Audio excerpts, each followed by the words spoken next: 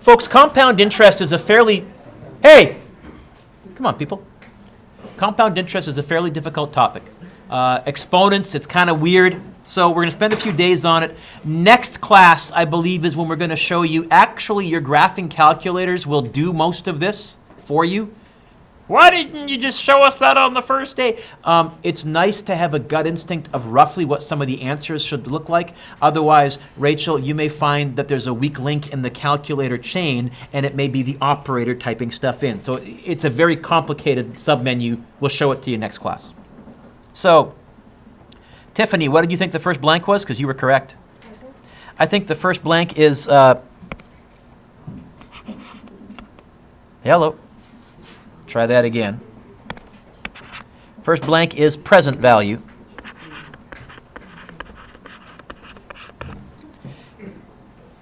And Tiffany figured that out by looking at the title. Clever.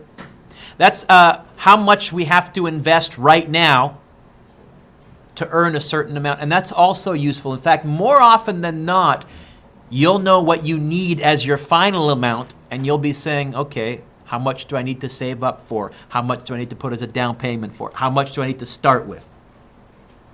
So recall the formula for compound interest. Let's rewrite it here so we have it. It was A equals P bracket 1 plus little I to the N, where N was the number of years times the compounding period, and I was the annual interest rate divided by the compounding period. That's why, remember, for simple interest, I used R for rate and T for time, and that's fine, but I've not used T for time, even though that exponent is sort of time. It's not. It's the time times the compounding periods, and I haven't used R for rate, even though that is a decimal. It's not the interest rate, it's the adjusted interest rate. So we're trying to use different letters so it's less confusing, not more confusing. So here's our example. Jenny is 18 years old, the age of some of you. She wants to invest some money so she can buy a home in Alberta when she turns 30. Jenny's thinking ahead, 12 years ahead. She figures she'll need about $170,000 to buy a home. Clearly, she's not going to be living in downtown Edmonton or downtown Calgary, but probably somewhere in a farming area, or you could probably get a home for $100,000, probably cheaper than that even in some of the outskirts, in some of the prairie towns, or if you're willing to move up north. By the way, what's a home run you in downtown Vancouver? Yeah, I think it's still it's definitely the most expensive in Canada. It's among the top in North America. It's pricey. It's pricey. So, she's been doing some thinking. She's planning out her savings. How much does she have to invest now at 6.5% interest compounded? I'm going to underline the word compounded, not simple interest. And annually, there's my compounding period, in order to have $170,000 when she's 30. And then B says, what's the ratio of future value to present value for Jenny's investment? I don't think B is going to take us very much room, so I'm going to draw a little line over here, and I'm going to say that's where we'll show B there. I want most of my work is going to be in solving part A. Connor, what are they asking me to find in part A? I'll give you in my equation, in my compound interest equation, can you see what they're asking us to find? What are they asking us to find here? Principal. I'm going to hope that gives us everything else. We could list the data. Let's see, I think, Rosanna, maybe we can actually just start plugging stuff in right now. So can you read very carefully what's the final amount that she wants or that she needs? Okay, let's put that right here. 170,000 equals, and Christina, I'm just plugging it all into this equation, and then I'm going to solve for P. Yes? Equals. Oh, Connor, what did you say they're asking me to find? There's my variable. 1 plus, I guess it's going to be 0.065 divided by 1. Am I going to bother writing the divided by 1? Meh. To the power of how many years? 30. How many times a year? Once. Oh, so just 30.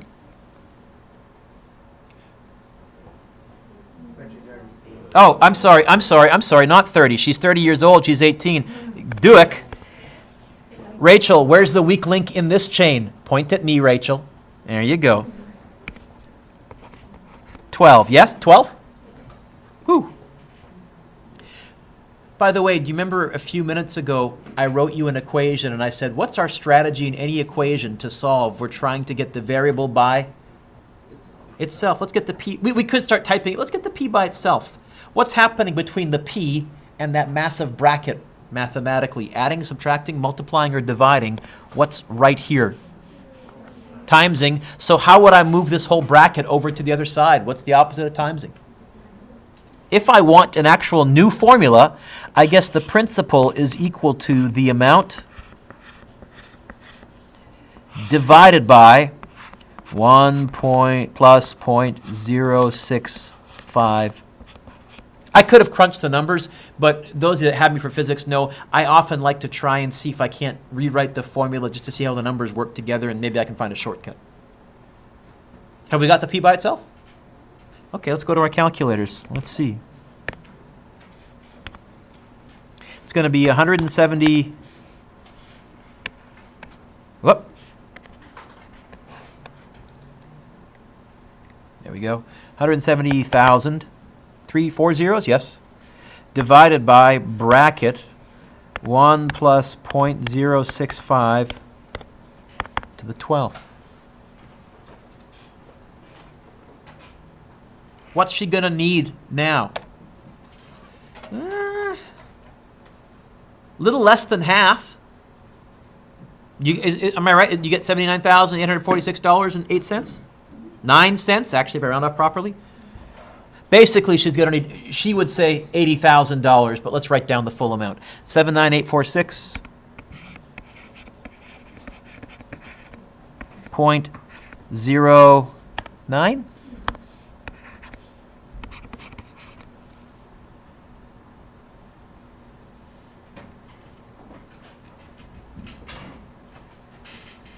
Then it says, what's the ratio of the future value to the present value for Ginny's investment?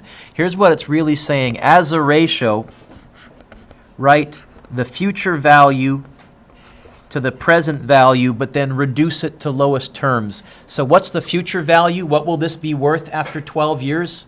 What did we say the final amount was, Emma? Final amount, not the big starting amount. What's the future value of this investment? If she invests that much for 12 years, what will it end up being? Okay, so the future value is going to be 170,000. The starting value is going to be 79,846.09. Now, to write that as a ratio in lowest terms, Justin, what I'm going to do is actually divide. I'm going to go like this. 170,000 divided by 79,846.09. I'll do that on my calculator. 170,000. Did you, one more zero. Did you all type in the previous question? Then rather than retyping $79,846.09, I'm going to go divided by, and I'm going to use my answer button. I'm showing you some shortcuts today as well. Does anybody know where their previous answer button is on this thing? Do you see it? The second function, negative, which is where it is on most scientific calculators. So if you go shift negative, that's your previous answer without having to retype the whole mess. I'll take that. And it looks like she gets a future value to original or starting value, principal value of 2.13 to 1.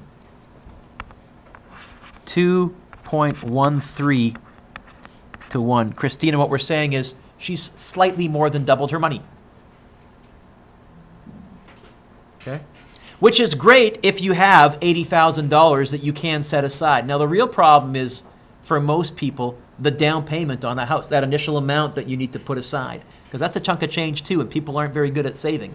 They're pretty good at, I can set aside my monthly mortgage payment, but that $25,000 or $30,000 down payment often is a phone call to the parents. asking for money.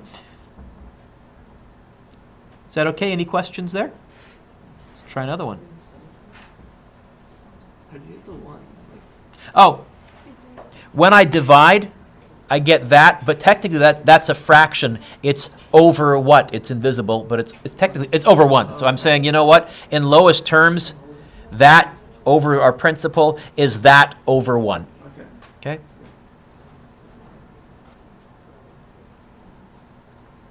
Good question, Foster. Example 2. Agnes and Bill are musicians. They need $40,000 to set up a small recording studio. They want to set it up in 3 years. This, to me, Jordan, is a bit more. 3 years, I'm willing to wait. 15 years for that motorcycle, like in yesterday's homework, not a chance. My big savings right now, my dream, I'm saving up for a sailboat. And you know what? I'm 44. Mentally, I want it by the time I'm 50, although sooner would be better. So I'm saving up my pennies. I want my summers to be out there somewhere, and nobody can, my cell phone's going to be left at home, and I'll be out of communication for a month. That's a vacation as far as I'm concerned. So these folks, 3 years is a bit more realistic. I like this question a little better. They've invested money at 9.6% interest, compounded, underline, quarterly, underline, to save for it. If they're going to do that, how much do they have to invest? Is there a fair bit of room here? You know what? I don't think we need to move sideways like we did. I think we can do A and then B, top and bottom.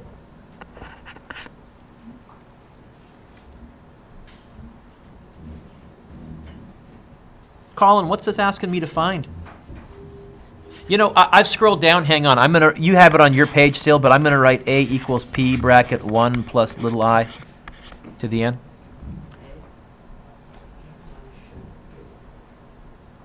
How much money should they have invested?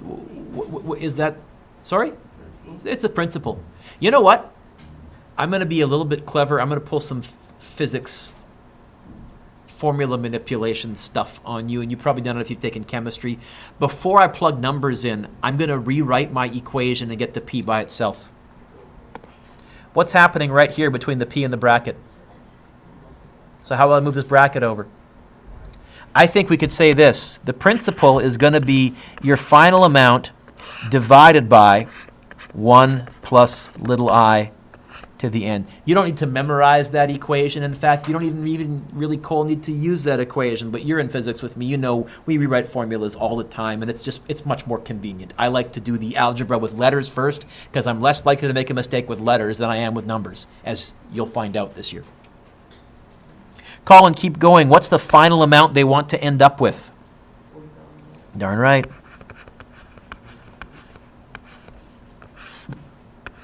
One plus, what's the interest rate as a decimal, please? 0.096. What's the compounding period? What are we going to have to divide by here?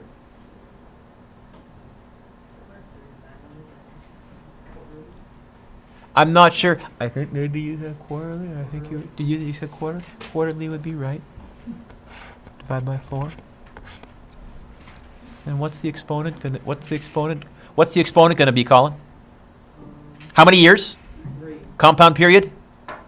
Quarterly? So I'll write a 3 times 4, but what will you probably type on your calculator instead of a 3? You just put a 12 there, but we'll put it in our notes so we know what the heck we did, yes? Okay. If they want to set their studio up, 1 plus 0.096 divided by 4 to the 12. Is that okay? I think yes. What do they have to have put aside to begin with? $30,092.66. Basically, they'd put aside $30,100, I suspect. Or they might even say $30,000 because they might say by that time we'll be able to get a couple extra bucks and top it off. But 30092.66. 30092.66. Okay.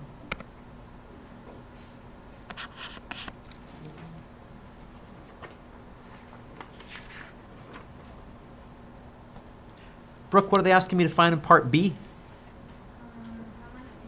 Okay. This is one people are tending to overcomplicate. How much interest is just how much more money they made than when they started, because that's the interest. So if I want to find the interest, that's always just going to be the final amount minus what I started with. Because however much bigger it got, that's the interest that I earned, or if it's a loan that I paid. So what was our final amount, Brooke? What did they want to have at the end of 3 years? Okay. And what did we just calculate that they had to start out with? 30,092.66, yes? Yeah. And I'm going to use my answer button again. I'm going to go 40,000, take away. Looks like they're going to earn $9,907.34. Almost $10,000 in interest. Not quite. 9907.34.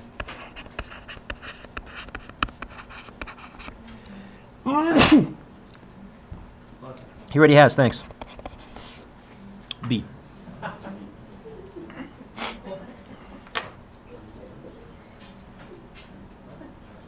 That was way over Jordan's head. Oh, whatever. Turn the page.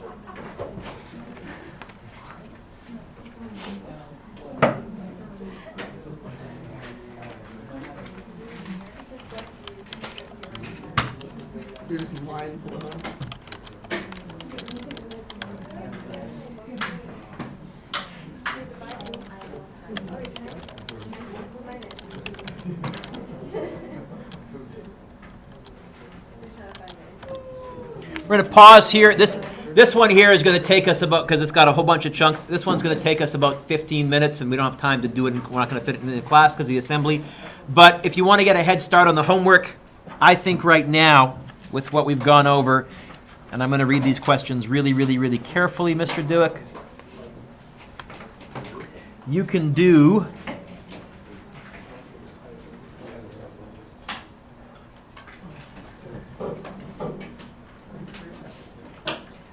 number 3.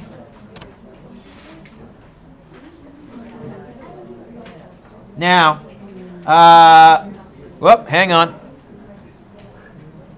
I got to take number 3 back right now, because number 3, they're asking you to, well, can you all, folks, quiet please. Can you all open your books very quickly to page 40? Open your textbooks to page 40.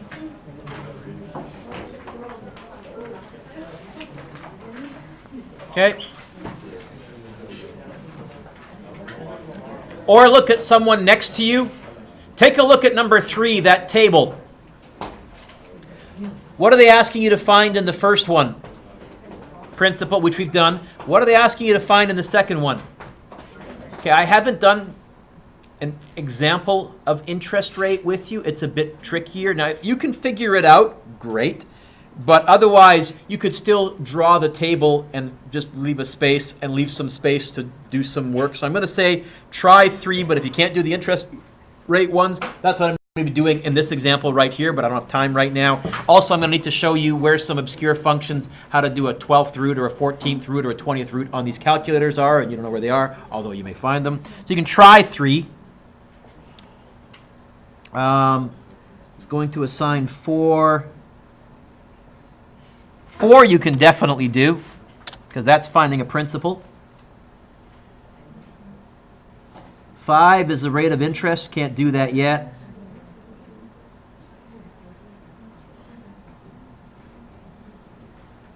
6 you can do.